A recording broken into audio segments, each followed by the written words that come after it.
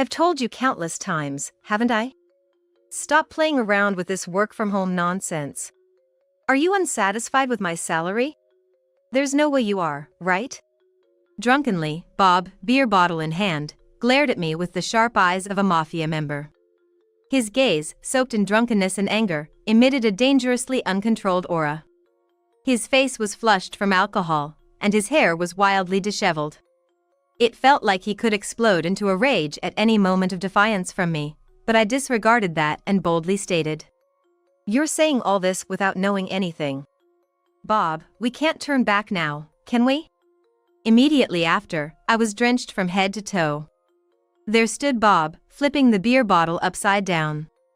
I realized in an instant that he had poured beer over my head. "The one who can't turn back is you, Mary. If you're gonna defy me, I'm fine with divorcing. Say sorry to me. After that, go make dinner. Don't you dare slack on housework like a slave." Truth be told, I was shocked to be doused in beer, but I couldn't help but smile because it was certain that Bob was going to hell. It was all part of my plan, Bob. I had been preparing for this day. Right after Bob drenched me with beer, a male voice came through the computer screen I had left open. "Is that all you have to say?" The screen showed a video call window with a man's face displayed. His expression was filled with anger, ready to explode at any moment. As Bob tried to sit on the sofa, he panicked at the familiar voice and rushed back to check the computer screen, turning pale. "Father?" The face on the computer screen was my father. Bob trembled slightly at the unexpected appearance of my father. Clearly shaken, Bob asked me, "What's this about? Why are you connected with your father?" His drunkenness seemed to fade in an instant, but he was too surprised to speak further. Bob started pacing around nervously, looking for a spot out of my father's line of sight. Then, silently waiting for my response, I decided to tell him the truth. I was just having a remote meeting. My father owns a business.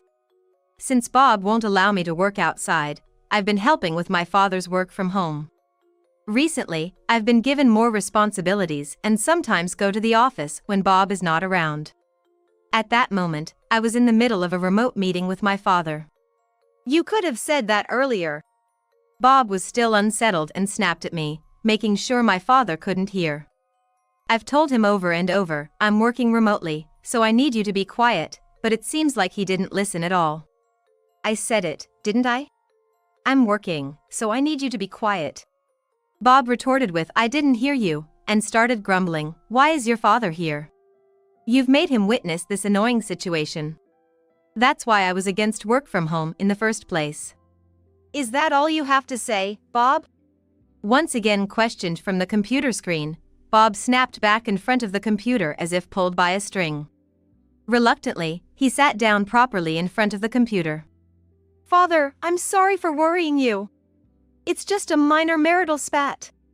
So please, don't take it too seriously. It's really just a fight between spouses. We usually get along well, right, Mary?"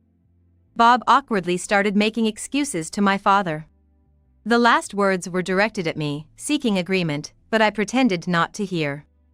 My father listened to Bob's words in silence for a while, then let out a deep sigh and said, "So, you think it's just a marital spat to treat your wife like a slave and even pour beer on her?" At that, Bob bit his lower lip hard.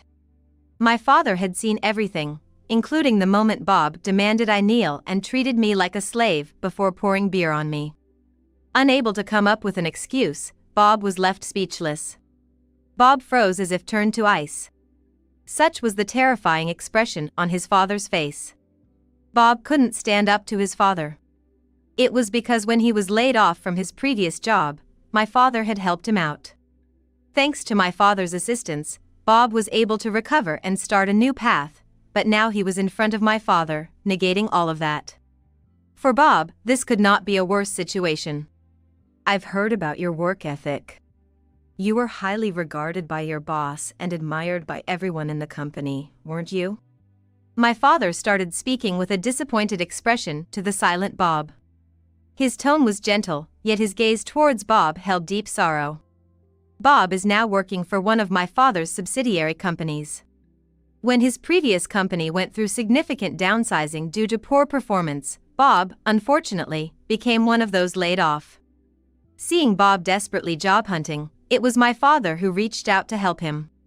By a stroke of luck, one of the subsidiaries was expanding and needed more staff, so Bob was able to join the company through my father's influence. At that time, Bob was enthusiastic, like, "I want to repay my father-in-law," and worked diligently, impressing his superiors. I believe there was no falsehood in his demeanor back then. That's why my father's shock must have been immense. My father supported, helped, and believed in Bob, but the Bob he sees now lacks the purity he once had. The evaluation at the company hasn't changed. I pride myself on being among the top performers, and I haven't forgotten my gratitude towards you, Father. Pleased with the praise, Bob lifted his face and answered proudly. Seeing this, my father let out a deep sigh. I truly trusted you, Bob. I thought of you as a son-in-law to be proud of. I even thought that someday I could entrust the company to you. Really? You would consider me for succession? I'll work hard to meet your expectations, Bob exclaimed joyfully. He misunderstood the current situation, confidently assuming he still had my father's trust. Bob's words were filled with confidence, and his face lit up with a smile. However, he failed to realize how his words and attitude were further irritating my father. My father's expression became even sterner. Bob still didn't grasp the gravity of his actions. Despite his father's growing dissatisfaction and disappointment right in front of him, Bob missed it entirely. Bob believed his words were pleasing to his father, but in reality, they only amplified his father's anger. Enough! You've hurt my precious daughter with that attitude. As a father, do you understand how I feel? Suddenly, my father raised his voice, and Bob was startled. He bowed his head again and apologized in a small voice. I'm sorry. I've been betrayed by you. Unable to say anything back to the increasingly heated father, Bob could only profusely apologize. I'm sorry, I really am sorry. I regret making you angry, Father. However, such words were not enough to calm my father's anger. Announcing, I'm heading over now, he abruptly ended the remote connection. As the screen went dark, Bob, avoiding taking responsibility for his actions, began to take his anger out on me. I tried to meet his gaze, waiting for his anger to subside, but quickly realized it wasn't going to be easy. What's the meaning of this? It's cowardly to let your father hear our marital spat. That's because you didn't listen when I said I was in the middle of a remote meeting, right? Besides, you call this just a marital spat? That's why I've been saying you should quit this work-from-home stuff. It never leads to anything good. If you had just listened to me, none of this would have happened. It's all your fault. If you don't want a divorce, then go explain to my FIL that it was all your fault. Although Bob had meekly apologized in front of my father, as soon as my father was gone, he started threatening and commanding me as if I were to blame. With him losing his temper, there was no way my words would get through to him. He just kept blaming me unilaterally. It seemed he thought he still held the upper hand. His lack of remorse was astonishing to me. But I had no intention of letting things continue as they were. I had already taken steps to protect myself, so for the moment, I simply agreed with him. Without me, you wouldn't be able to do anything. You should just quietly do as you're told. Looking down on me, Bob seemed to regain some composure, thinking he had the upper hand. Little did he know, his time of having the upper hand was coming to an end. I was ready to grant his wish for a divorce. Disappointed in Bob's ignorance, I awaited my father's arrival. About an hour later, my father called to say he had arrived, and I went to the entrance to meet him. My father, still in a bad mood, entered the living room, glanced at the awkward Bob, and took a seat. Bob, tense, greeted my father with a slight nod, bracing himself for what was to come. Amidst the heavy atmosphere, I made tea without hesitation and placed it in front of my father. So, what were you thinking? Doing such a thing to my daughter, you can't still say it's just a marital spat, right? After taking a sip of tea, my father questioned Bob again, his voice laden with anger. Bob, cornered, glared at me without letting my father notice. He seemed to be silently pressuring me to defend him. I checked my phone, placed it on the table, and sat down opposite my father alongside Bob. And with just a "I'm sorry," I apologized to my father. Bob, sitting next to me, must have thought I was about to start making excuses. He couldn't hide his complacency, a smile creeping across his face. "First off, Father's got it all wrong. Please, listen to what Mary has to say first," he prompted me, his tone distant and condescending as if this were someone else's problem. "First, I want you to take a look at this." Ignoring Bob, I handed my father an envelope I had prepared earlier. My father, as instructed, accepted it and began to open it, taking out its contents. With a furrowed brow, he started to carefully review each document and photo enclosed. Bob, curious about what I had handed over since I hadn't told him anything. He tried to peek but couldn't see from across the table and made eye contact with me, hoping for clues. Pretending not to notice, Bob eventually settled back into his chair. He was watching my father examine the envelope's contents with a puzzled tilt of his head. After going through everything, my father sighed deeply and muttered, "It's just as Mary said." His expression turned even more stern. Bob, utterly confused, looked back and forth between me and my father, unable to comprehend. The sight of my clueless husband was almost comical, and I had to fight hard to suppress a laugh. I took the envelope from my father and spread its contents on the table for Bob to see. "What is this? When did you?" I worked hard to gather all this. The documents I showed my father were evidence of Bob's infidelity. There were selfies uploaded on social media, records of locations and dates showing where he had met with someone, and exchanges of messages. All neatly printed out. Bob's sudden change of attitude towards me from kindness to coldness made me suspect his infidelity. It must have been something like a woman's intuition. I prepared everything I could on my own and gathered as much evidence of Bob's cheating as possible. I installed a GPS in his car and even found out his smartphone passcode. The passcode was the date Bob first went on a date with his affair partner. Although I had no love left for Bob, my anger over being disregarded grew gradually. Just as I thought, Bob began his affair at the time when his behavior towards me turned cold. The exchange remained intact on his smartphone, including words hinting at marriage to his affair partner. Times he claimed to be working late were actually spent at hotels or his partner's place, as revealed by the car's GPS. While investigating the infidelity, I also started helping with my father's business, preparing for a life on my own should divorce become inevitable. That's how I gradually got ready for this moment. And so, at the moment when everything was prepared, this opportunity arose. Bob trembled his lips, indignantly accusing, "This is like spying. It's unfair."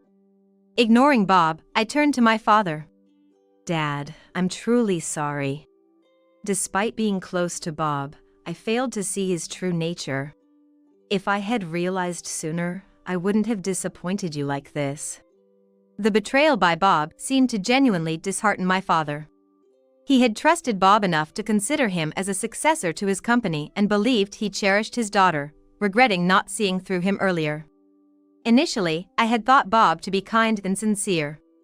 Whether he changed over time or was always that way, I couldn't tell anymore. But that didn't matter now. "Wait, don't jump to conclusions.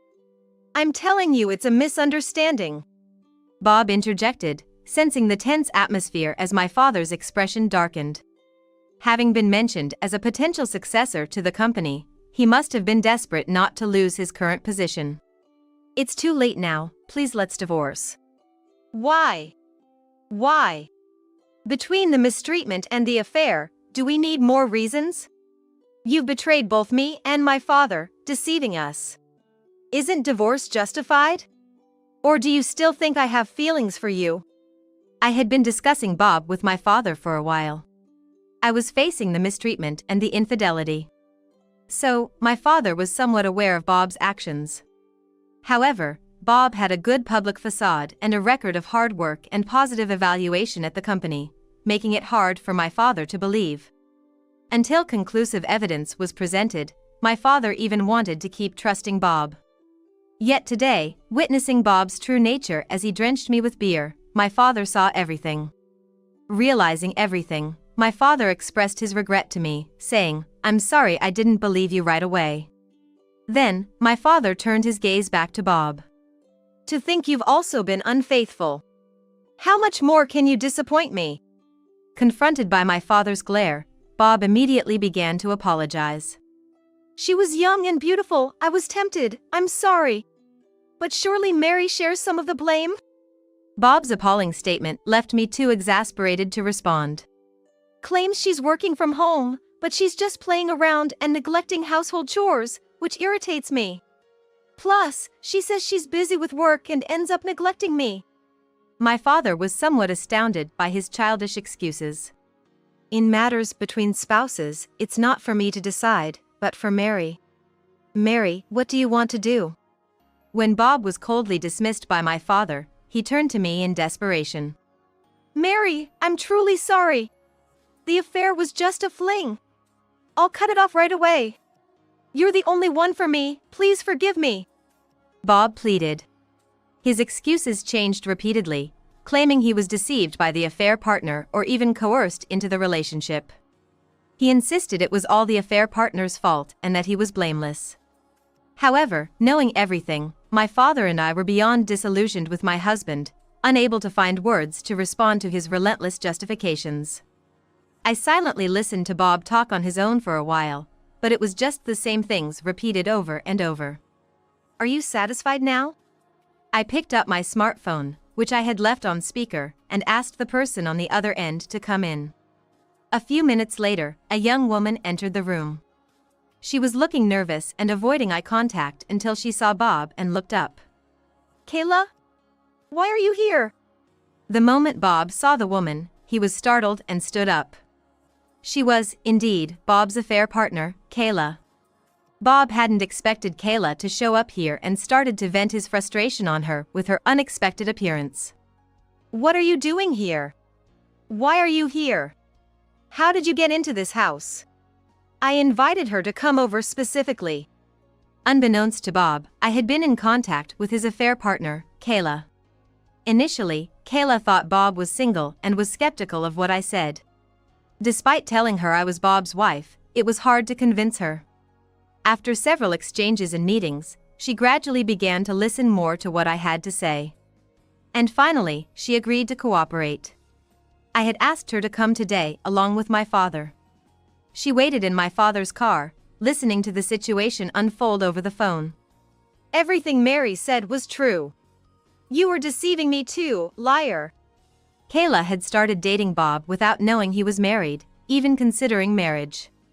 Being lied to in this way, she was a victim in a sense. "Lying about being single, you're the worst. I can't believe I was played." Shocked and angry at discovering her partner's true nature, Kayla started to cry. Bob, unapologetically, retorted, "You misunderstood me being single on your own," as if she was the one at fault. "You never said you had a wife. If I had known, I wouldn't have dated you. To think you even spoke of marriage." "Quiet. You misunderstood on your own, don't blame me for it. As adults, we should be clear about relationships. That's why you can't find a marriage partner." Listening to Bob's reasoning, even though not directed at me, was infuriating. And to think I once loved and married such a man made me loathe myself. "There's no need to cry over such a man. I didn't realize he was this terrible either. Since Kayla was deceived too, you should claim compensation from him." Mentioning compensation made Bob panic. "Wait, there's no right or wrong in infidelity. If I'm to blame, then Kayla is too. Why should I be the only one to pay compensation? Ever heard of marital fidelity? Are you aware you deceived Kayla? I can claim compensation from both you and Kayla, but she can also claim compensation from you." "Wait, I don't care about Kayla. I have no intention of divorcing Mary. I want to make amends and start over." If he ended up divorcing me while still having incurred my father's anger, the discussion about him taking over the company would certainly become null and void. Bob hastily tried to mend the situation, starting to list a series of strained excuses. Mary is all I have. I didn't intend for any of this, Kayla just seduced me. Please, let's start over. Just as I was getting fed up with Bob's pitiful excuses, he seemed to float up briefly. Enough. Huh? It happened in a flash. Bob was suddenly hoisted over my father's shoulder, and in the next moment, he was on the floor. Lying on his back, Bob blinked in confusion, his expression one of someone who couldn't understand what had just happened. My father is a skilled judo practitioner. And he beautifully demonstrated his skill, executing a clean shoulder throw. Bob lay on the floor, overwhelmed by my father's powerful technique while still confused by the situation. I was both surprised and impressed by my father's actions, unable to hide my astonishment. Bob lay on the floor as if abandoned. My father stood up calmly, letting out a deep sigh. There was no anger or irritation on his face, but rather a serene expression. My father had controlled his anger and used his judo skills to subdue Bob, which was both surprising and admirable to me. Is that all you have to say? My father asked in a low voice, leaning in to look at Bob's face. Bob seemed unable to react immediately, staying on the ground while stammering, "No, wait." Do you still not understand how foolish your actions are? How much have you hurt both Mary and this young lady? Have you apologized? Enough is enough. Upon hearing this, Bob quickly got up. His face showed confusion and bewilderment, yet there was still a glimmer of hope in his eyes. Yes, I fully understand now. I was wrong, and I truly regret my actions. Please forgive me, I promise to change. Bob, having jumped up, started apologizing. Even in such a situation, he was still trying to ingratiate himself with my father. It seemed almost futile to say anything more to Bob. With a sense of resignation, I presented the divorce paper I had prepared in front of Bob. Then, please sign this. I'll leave the rest to the lawyer. You'll be paying the compensation, just so you know. But that's the one thing. Bob looked up at me with a pleading gaze, but I met his eyes with a cold stare. Defeated, Bob then turned to Kayla, seeking help. Kayla, you won't abandon me, right? Have you forgotten all the good I've done for you? Fine, if I divorce Mary, I'll marry you. A favor? You must be mistaken. I can't marry someone like you. Get over yourself. I might be the offender in regards to your wife, but I'm a victim of your lies. You'll be making amends for that. Rejected by Kayla with cold words and a glare, Bob fell silent. After that, my divorce from Bob was finalized. Despite his insistence on not wanting a divorce, with the help of a lawyer, I managed to end the marriage under favorable terms. Rumors of Bob's affair with Kayla had spread, leading him to resign out of shame. Previously praised for his work and character, his reputation plummeted after his infidelity came to light, changing how colleagues viewed him. Afterwards, he managed to get a job at another company, but his arrogant attitude caused trouble, leading to his inability to perform adequately and eventually being deemed surplus to requirements. Bob, focused solely on himself, didn't take the opportunity to reflect, likely to repeat the same mistakes. I was informed that Kayla, too, felt uncomfortable staying at the company and decided to resign. Since she was also deceived and had been cooperative in various ways, I decided not to claim compensation from her. Later, Kayla and her parents came to apologize. Feeling sorry for her, my father offered a position at a subsidiary as a new employment opportunity, where she seems determined to make a fresh start. Both she and her parents repeatedly appreciated. I've moved on from working remotely to officially assisting in my father's company. Actually going into the office has expanded the range of tasks I can do, making work enjoyable. I plan to enjoy single life for a while. This new life represents an opportunity for self-discovery and growth. I might be able to achieve both financial and emotional independence, finding my own happiness. The new job might restore my confidence and present new challenges. Meanwhile, enjoying singlehood will allow me to introspect and discover what I truly desire. The path ahead is uncertain, but I'm looking forward to exploring new possibilities with optimism. You should forgive me for stealing some money, after all, we're family. That was my husband's justification when he was taking money from my purse. However, when he was initially caught, he didn't say anything as severe. Instead, he sincerely apologized and paid me back. I ended up being lenient, but it was later revealed that he had also been stealing from our son. When I found out, I resolved to disclose his wrongdoings to our son and mother-in-law who lived with us. There's no need to be considerate any longer to a man who causes trouble not only to me, but also to our son. I've kept quiet so far, but the truth is that my husband. In a fit of anger, I exposed Greg's misconducts. My name is Mary Miller. I'm 46, working part-time and a housewife at home. I married Greg 20 years ago. He's a serious company employee, and I think he's a good husband. Now we're living as a family of 4, including our 17-year-old son Mark, and my mother-in-law, Mrs. Deborah. Lately, Mark has been cold more often, perhaps because of his rebellious phase.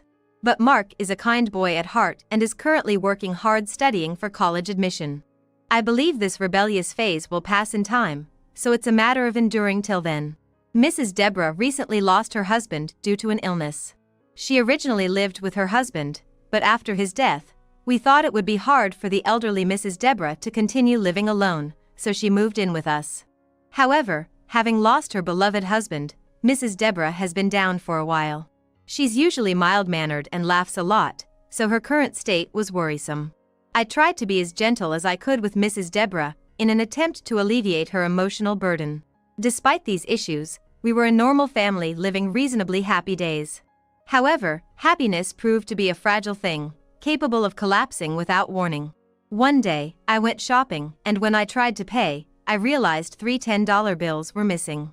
I had withdrawn it from the ATM the previous day and had definitely put it in my purse. The purse was securely closed in my bag, and it was unlikely that the bills would slip out and fall on the road. Could it be that someone took it? A nasty suspicion crossed my mind, but there was no solid evidence. The loss was only $30, so I decided not to pursue it further and observe the situation. However, the next morning, more money was missing. This time $50 was gone. It was definitely in my purse when I checked last night. The purse had been in the house all night, and there were no signs of a thief. Unpleasant as the thought was, I could only assume someone in the family took it. I decided to consult Greg about it. When I explained the situation in detail, Greg, looking evasive, said, "Actually, I know who the culprit is. It's Mark. He was rummaging through your bag when he woke up in the middle of the night to go to the bathroom. Maybe he thinks it's okay to do this much to his parents because he's in his rebellious phase." I couldn't believe it. No matter how rebellious, Mark wouldn't resort to stealing money. Greg's shifting gaze was also concerning. So, I proposed this. All right, I'll talk to Mark myself. I think he might be more willing to talk to me since we don't spend much time together. Greg readily agreed to this. It wasn't that I believed what Greg said. Rather, his nervousness made me suspicious. I thought it might be best to clarify the perpetrator. I bought a small surveillance camera and installed it in an inconspicuous place. I positioned it so that it would capture my purse, which I left untouched for a day. Checking my wallet, another $50 is gone. Checked the recorded footage and there was the culprit. It wasn't Mark. It was Greg. Making sure there was no one around, he didn't hesitate to take money from my wallet. Seeing this, I felt intense anger. Stealing money is bad enough, but trying to frame my son was something I couldn't forgive. When I confronted Greg with the evidence, he was flustered and stuttered, "No, that's not it, I mean." "What do you mean that's not it? It's clear as day that you're the one stealing. Why would you do such a thing?" Greg began to explain in resignation. "I have a gambling debt. I was desperate for money." I was completely thrown off. I had no idea that Greg was gambling or that he had a debt. "Is that true?" "Yeah, it's not a lie." Greg brought out some documents. They indicated that he was in debt for a total of $5,000. "Oh no." I was at a loss for words. Greg began to desperately explain. "I thought you would be mad if I told the truth, so I blamed Mark. I'm sorry for lying and keeping my debt a secret. I have a plan to pay it back, and I'm slowly repaying it from my salary. I'll make sure Mark goes to college and you won't have any trouble living." Greg apologized many times and repaid the money.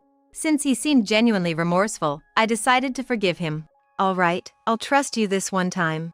But if you do it again, I won't forgive you.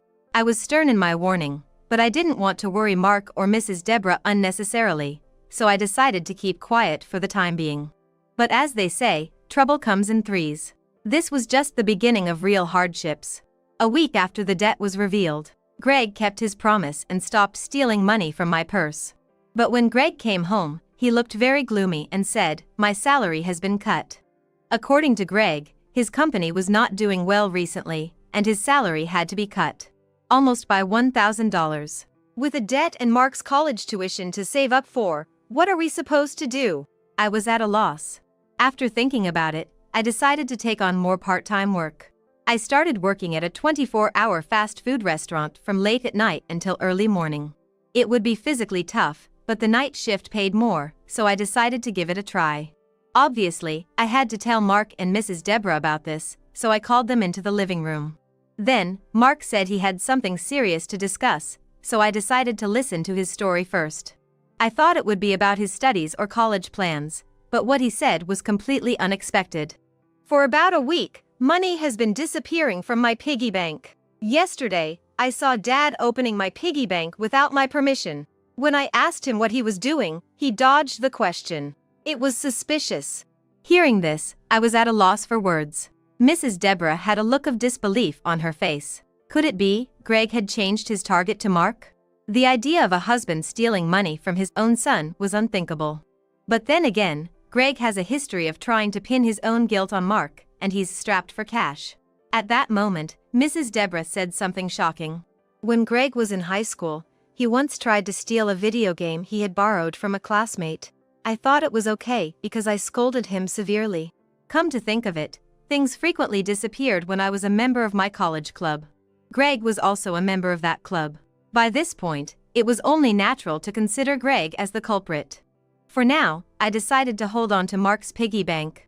So, you have something to say to us too, right? What's going on? Mark asked me, so I told them both. Actually, I have to take on a part-time job morning and night. Why?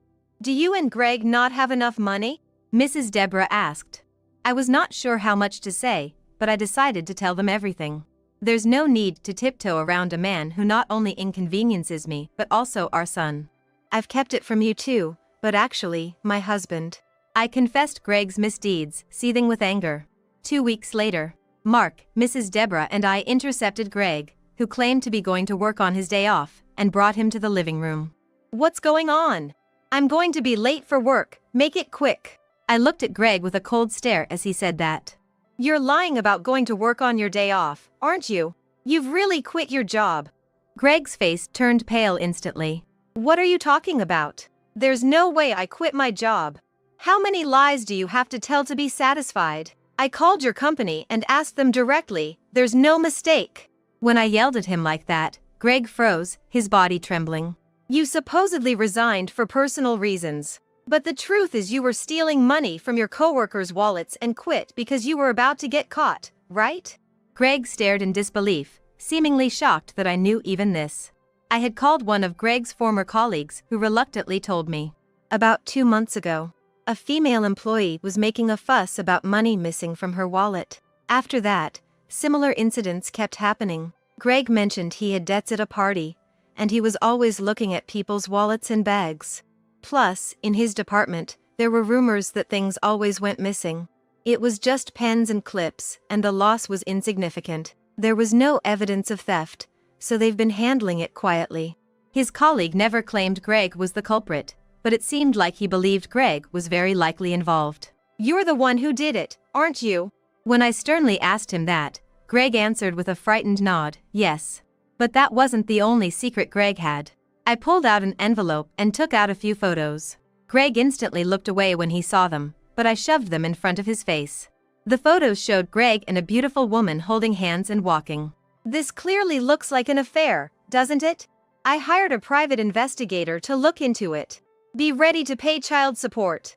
As I glared at Greg, he frantically started babbling about his affair. I met her randomly on the street. I fell in love with her before I knew it. She told me she truly loves me too. I was even angrier now, so I decided to deliver another blow to Greg. Greg, do you know your mistress's real name? Of course, it's Emily Davis, right?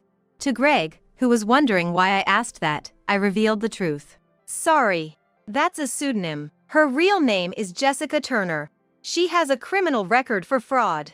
No, that's a lie. There's no way Emily would commit fraud. Greg remained adamantly in denial, so I searched Jessica Turner on my smartphone and showed him an online article.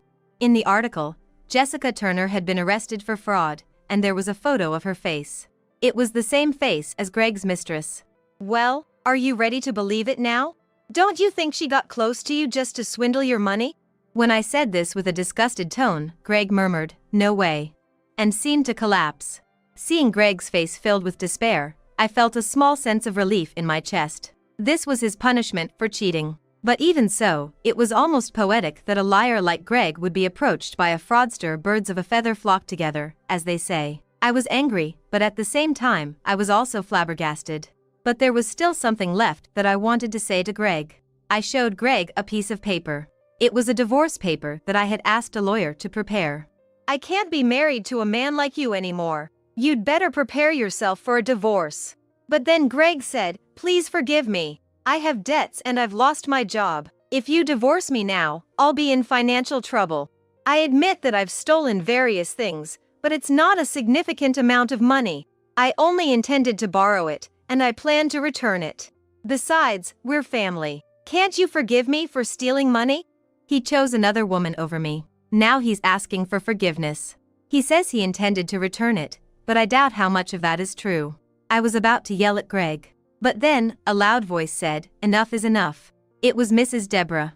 It's not about the amount of money or family. Stealing from others is wrong. How can you not understand that even as an adult? And to top it off, you cheated. I can no longer see you as my son. Please let me cut ties with you. Greg's face instantly looked like he was about to cry. You're my mother, right? Can't you defend me a little? Because he had the audacity to beg like that, I decided to give him a piece of my mind. When I told Mrs. Deborah about your debts and how you stole my money, she was unbelievably angry. It was Mrs. Deborah who suggested calling your employer and hiring a private investigator. As I explained why I had to take a part-time job, Mrs. Deborah yelled, "What? What is he thinking? Causing trouble for his precious family." There was absolutely no trace of the usually mild-mannered Mrs. Deborah. She was more angry than I had ever seen her before. We can't let this go. We have to take revenge. Greg might be hiding something else, so let's investigate thoroughly this time. She said this and quickly laid out a plan for revenge. It's true what they say, the kindest people are the scariest when they get angry. When I pointed this out, Greg must have realized that even his mother wouldn't help him. This time, he clung to Mark. Hey, Mark, you're a high schooler, but you wouldn't want to lose your dad, would you? Stand up for me. But Mark, his face bright red, glared at Greg. I don't need a dad who steals and cheats. How dare you betray Mom? Being abandoned by his son, Greg finally seemed to realize that he had no allies left. He was crying, but when Mrs. Deborah told him to apologize to Mary and Mark properly, with a stern voice, he was pressured by her intensity and kept apologizing. I'm really sorry. I've reflected on my actions. It was too late for apologies. I couldn't possibly forgive him. If you're truly remorseful, listen to my wish. Agree to the divorce immediately. If you have any objections, hire a lawyer. I thrust the divorce papers at him again, and finally, Greg seemed to accept our divorce. Afterwards, we reclaimed the money Greg stole and kicked him out of the house. We filed for divorce. Then, through our lawyer, we made a claim for child support. Perhaps finally sensing the gravity of the situation, he made a lump sum payment. After that, it seemed Greg was in serious financial trouble. Due to not only gambling but also lavishing luxury items on his mistress, he had accumulated actual debt of about $10,000. He must have racked up an astronomical amount of debt considering the amount he continued borrowing, but that's not my concern. Moreover, Greg was abandoned by his mistress. Probably, she was just after his money. Greg seemed to want to sue her for fraud, but since he was the one who voluntarily lavished her, he gave up in the end. Furthermore, 2 months after the divorce, Greg was arrested for embezzling money from his company. I made sure to inform Greg's former company that he had been a habitual thief. We considered turning him into the police ourselves, but we decided to leave it to the people of the victimized company. Considering my husband has a habit of lying, there might still be things he's hiding. Probably because I warned them, the company seemed to thoroughly investigate their finances.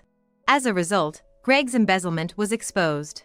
I wonder how much crime that man needs to commit to be satisfied. It was definitely the right decision to sever ties with him. If not careful, I might have been implicated in his crimes.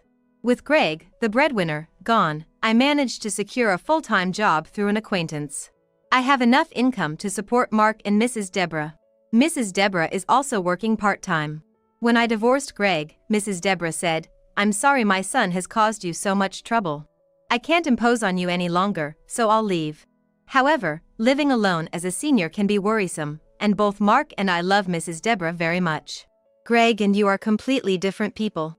I consider you as part of my precious family, so please stay with us forever." I managed to convince her to stay with that. Mrs. Deborah seems to have regained her vitality a little by working part-time and living her new life. Recently, she's been smiling more. Mark, too, who was deeply shocked by the recent incident, seems to be regaining his energy. Perhaps understanding our home situation, he even helps out with household chores sometimes. It seemed peaceful days were about to return to our home. I'm trying to forget about Greg and walk my own life path with a positive mindset. I want to keep working hard to support my family. I feel like a bright future is waiting. "Starting today, this is the house for me and Bob," she announced. Her words, spoken so boldly and out of the blue, left me utterly speechless. This house was something my husband and I had meticulously planned and built over the years. We were finally looking forward to a tranquil and peaceful retirement life in this quiet piece of land. "What on earth are you talking about?" I asked in disbelief. "Well, haven't we been living together all this while? As your son's wife, it's only natural that I live here." She spoke, as if it were the most obvious thing in the world. Yes, we had indeed been living together, but the countless troubles she had caused over the years were immeasurable. I had been planning to cut ties with her as we moved to this new place.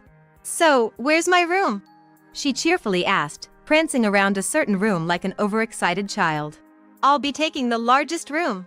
Old folks like you don't really need such a big space, do you?" she added. Taken aback, I replied without thinking. "What? You don't have a room here? What?" she exclaimed, her eyes wide in surprise. It appeared she genuinely believed she would be living in this new house. "Well, if you really want to live here that much," I responded. My words seemed to have struck a nerve as she turned beet red and angrily confronted me.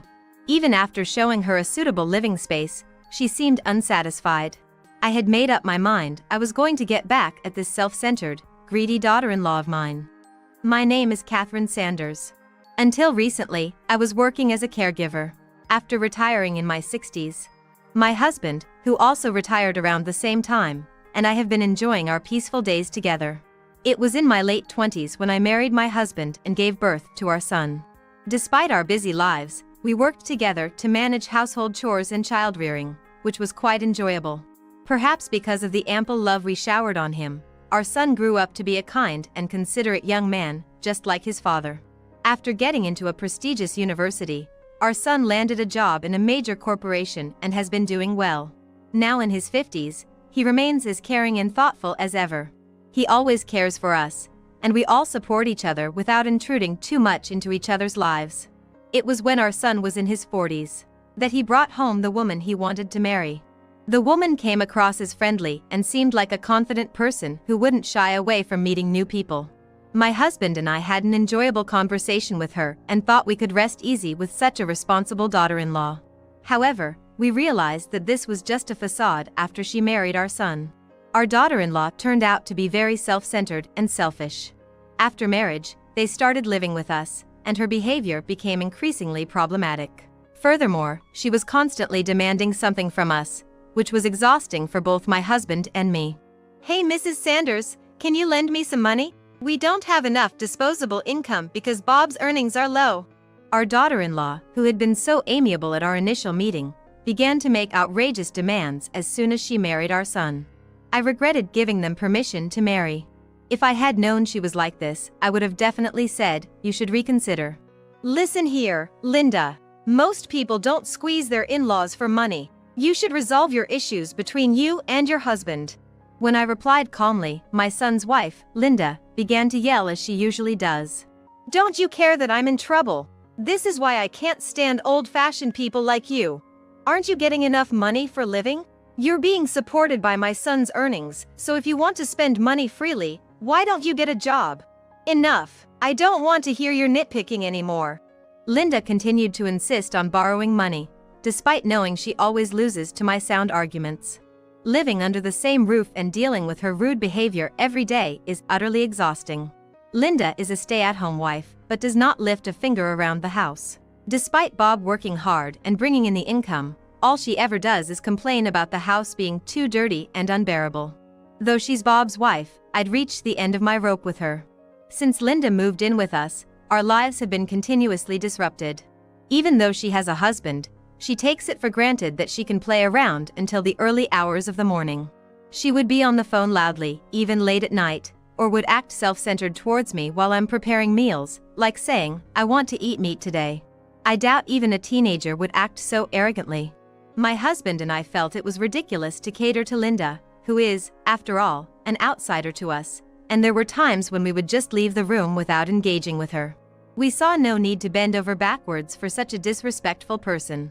However, Linda seemed displeased with our attitude, and there were instances where she would throw tantrums in anger. She has a troublesome nature, acting out and causing havoc when things don't go her way. It seemed that even Bob was worn out dealing with such a wife. Mom, Dad, I'm sorry. If I'd known she was like this, we wouldn't have moved in together.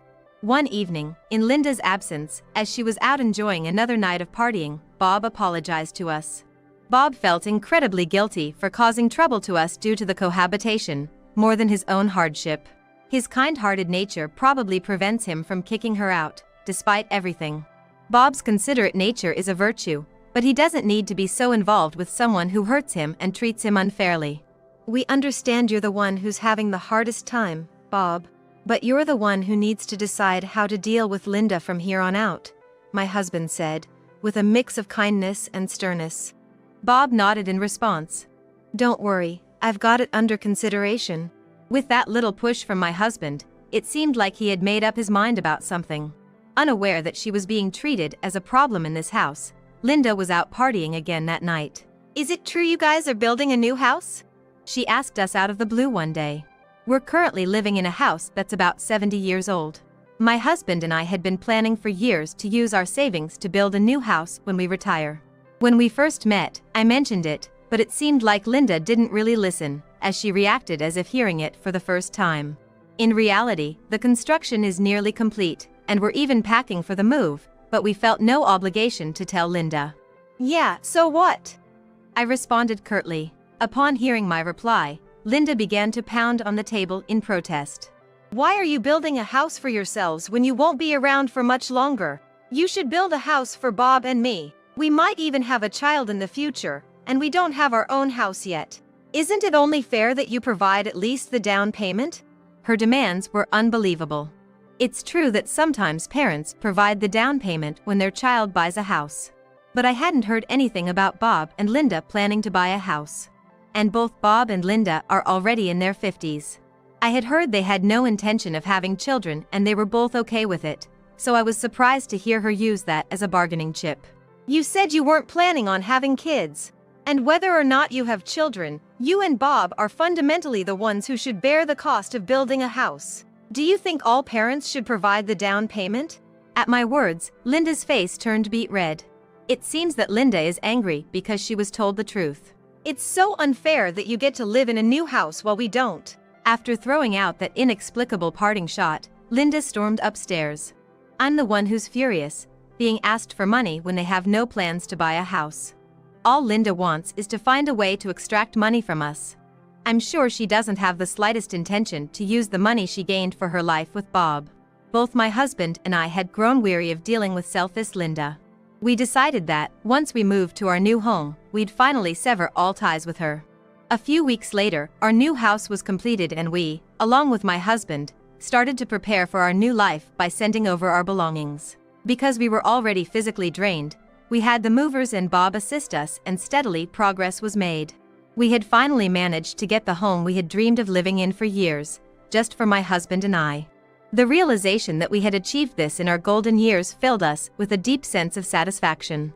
However, our tranquility was shattered when an unexpected visitor appeared. It was Linda. "Congrats on your new home," she said. We were surprised to see her there. Even Bob was taken aback. We hadn't told Linda about our new location, nor about our moving plans. We assumed she must have followed us here when we left home, her actions leaving us with an unsettling feeling. Moreover, Linda had brought a large suitcase and a duffel bag with her, apparently lugging all of it all the way here. We soon understood why. "Starting today, this is mine and Bob's house too," she exclaimed. I was shocked by Linda's audacious statement. This was the home my husband and I had planned and built for years, where we intended to spend our twilight years in peace. But it seemed like Linda was planning on living here. "What are you talking about?" I asked. "Well, we've been living together up until now, right? So, it's only natural for me, as your son's wife, to live here too, right?" Linda said it as if it's the most natural thing in the world. Why, after all the trouble she's caused us over the years, did she think she could just impose on us like this? The annoyances Linda has caused are too many to count, and we were planning to cut ties with her during this move. "So, where's my room?" As she rudely barged into our new house and wandered around, both my husband and I found our expressions becoming more stern. Upon arriving in one of the rooms, Linda exclaimed excitedly like a child. "I want this biggest room. Old folks like you don't need this much space." To this, I responded reflexively. "Huh? You don't have a room here? Huh?" Linda was taken aback. She seemed to genuinely believe she could move into our newly built house. Her arrogance made me infuriated. "Well, if you want to live here so badly, how about this spot?" I pointed to the storage space under the stairs. It was full of vacuum cleaners and various household supplies, but it had just enough space for one person. Linda blinked her eyes wide open and laughed off the suggestion as a joke. "Stop kidding around. There's no way I could live there." "Oh, you don't like it? Then come with me." I took Linda outside and pointed to the shed at the corner of the yard. "I think that would be a perfect fit for you. In fact, it's more than you deserve." At my words, Linda's face turned beet red and she charged at me. "You've got to be joking. There's no way I could live there.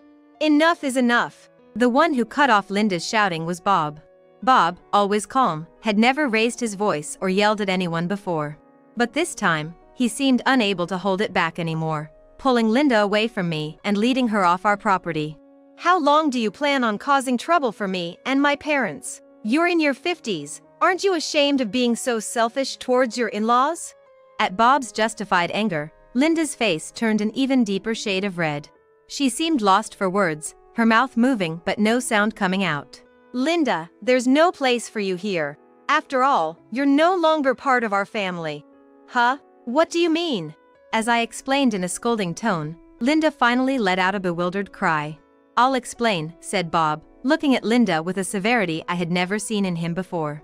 "I know you've been cheating. I've hired a detective and collected evidence since your nightlife became excessive. I'm planning to divorce you. So, you're no longer part of our family." Bob spoke calmly, but I could only imagine how much pain he had been through to come to this decision. Linda had kept cheating on Bob, thinking he would not confront her, and the evidence collected was compelling. Bob had started contemplating divorce relatively early in their marriage. However, given Linda's character, he had assumed she would not agree easily. So he had gathered enough evidence to make her unable to deny it, and meticulously prepared to ensure the divorce would go through. Upon hearing all this, Linda was petrified, her mouth agape. "I've told your parents about this too. My parents planned to tear down the house you used to live in. There's no place for you here anymore." "What am I supposed to do when you drop something like that on me all of a sudden?" she exclaimed. "As an adult, you should think for yourself. Anyway, make sure you never come near our house again. Although I presume you won't have any time to spare," was the reply. Linda, who was coldly disowned by our family, remained immobile, slumped on the porch. Bob forcibly sent her away because leaving her here would cause trouble, but I didn't feel the slightest bit sorry for her. After moving to an apartment closer to his workplace, Bob initiated a divorce through a lawyer. Because of the solid proof of infidelity, there was no way Linda could escape. My husband and I proceeded to arrange for the demolition of our original family home. It seemed that Linda had plans to move into the original family home, but the demolition had begun and she was now without a place to live. We've already cut ties with Linda, and she's about to divorce Bob and become a total stranger again. Yet, her audacity to try to stick around in our house is unbelievable. She probably didn't care if others were inconvenienced as long as she benefited. However, even her own parents wouldn't forgive her for such behavior. She had tearfully turned to her parents for help, but they already knew the situation from Bob and turned her away, telling her not to rely on them only in times of trouble. Later, we received an apology directly from Linda's parents. From their worn-out expressions, we could tell they had been having trouble with her for a long time. With nowhere to turn and no savings to hire a lawyer, Linda had no choice but to accept the divorce. Bob, finally divorced, looked visibly relieved, as if a burden had been lifted from his shoulders. Linda's not working, so she's likely to have a tough time from here on out. I am so glad that I managed to divorce her. After his divorce from Linda, he no longer needed to worry about living expenses or savings and was able to focus even more on his work. My husband and I were not informed at the time, but apparently Linda was dipping into the savings account. Her extravagant spending was a concern that he might bankrupt himself. Now it seems he's living quite freely, which, as parents, is a relief. Just when we thought we could live peacefully, something happened. Linda visited our new house. When we looked at the window, we were surprised to see Linda there. She had aged significantly since the time she was married to Bob. Her hair was a mess, her skin lacked elasticity, and her clothes were shabby. Even though she should have gotten some shared property during the divorce, she might be struggling with life so much that it's still not enough. When we opened the door, there was Linda, repeatedly apologizing. Whether she was sincerely apologizing or not, either way, not a shred of sympathy was aroused in us. What do you want? I am so sorry for everything. I have lost my home, my parents have disowned me, and I have nowhere to go. Please let me live here. After all she had done, did she really think we would let her into our house if she begged enough? If so, her thinking is way too superficial. Do you realize what you're asking, after all you've done? You didn't contribute to the household chores while living with us, and you spent my son's money. There is no benefit for us if you live here. We are not a family anymore, you know? I know. It was my fault. So please let me live here. Linda's apology lacked a sense of guilt. She didn't understand why she had been kicked out of the house and served with divorce papers. Rather, she seemed to be under the impression that if she apologized persistently enough, we would give in.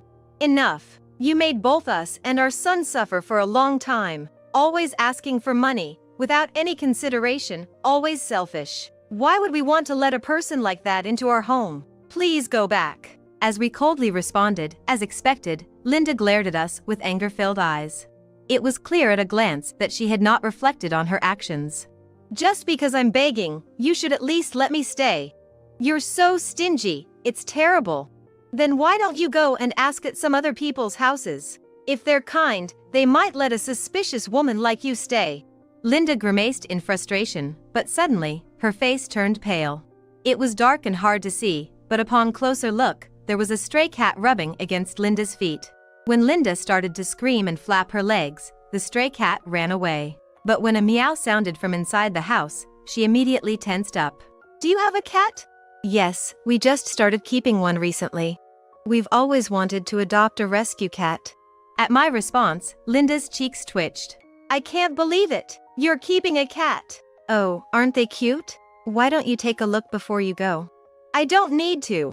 After yelling, Linda bolted off at incredible speed. The truth is, we did start keeping a cat, and we had discussed adopting a rescue cat with my husband long before. The cat that became attached to us is so cute, it makes us completely smitten. We only found out recently that Linda is severely allergic to cats. We happened to learn this while speaking with Bob, so it's not that we got a cat to drive Linda away, but in the end, it did help us fend her off, so we owe the cat our thanks. Since then, Linda has not visited our home. After that, Linda seemed to have barged into Bob's apartment while searching for a place to live. But she was ruthlessly called out by the police and was swiftly taken away, so she was unable to enter his apartment. Since then, we haven't seen Linda. But we heard through the grapevine that she was seen walking around a town in a distant place. Linda had no choice but to start working for her future life, and it seems she is now living out of state. However, for Linda, who has lived off men and hardly worked before. Even a part-time job seems to be tough. Due to unfamiliar tasks and her overly selfish personality, it seems she can't keep a job for long and often gets fired. The hard-earned money she finally makes disappears in living expenses, and it seems she is now living day to day while working at a factory that comes with a dormitory. She has always done as she pleased, so it's only fair she goes through such hardships. I think it's good for her to experience firsthand how hard-earned money can easily disappear. Bob has always been troubled by Linda's extravagant spending. Furthermore, it seems that Linda has been officially disowned by her parents. Her parents, who have been put out by her extravagant spending and inflexible selfishness since long ago, have decided to cut ties with their daughter. I don't think Linda's parents are wrong in their decision. There's no rule that says all is forgiven just because they are family. My husband and I are living happily in our new home with our new family member, the cat. The time we spend playing with the cat while feeling smitten is so enjoyable and peaceful, it's irreplaceable. Of course, we also meet Bob occasionally, and going out for meals or hearing about his recent events is also a pleasure. Ideally, I wanted Bob to grasp this happiness too, but he might have new encounters ahead. When that time comes, I hope he lives with a partner who respects and cares for each other. I also want to cherish these happy times with my husband.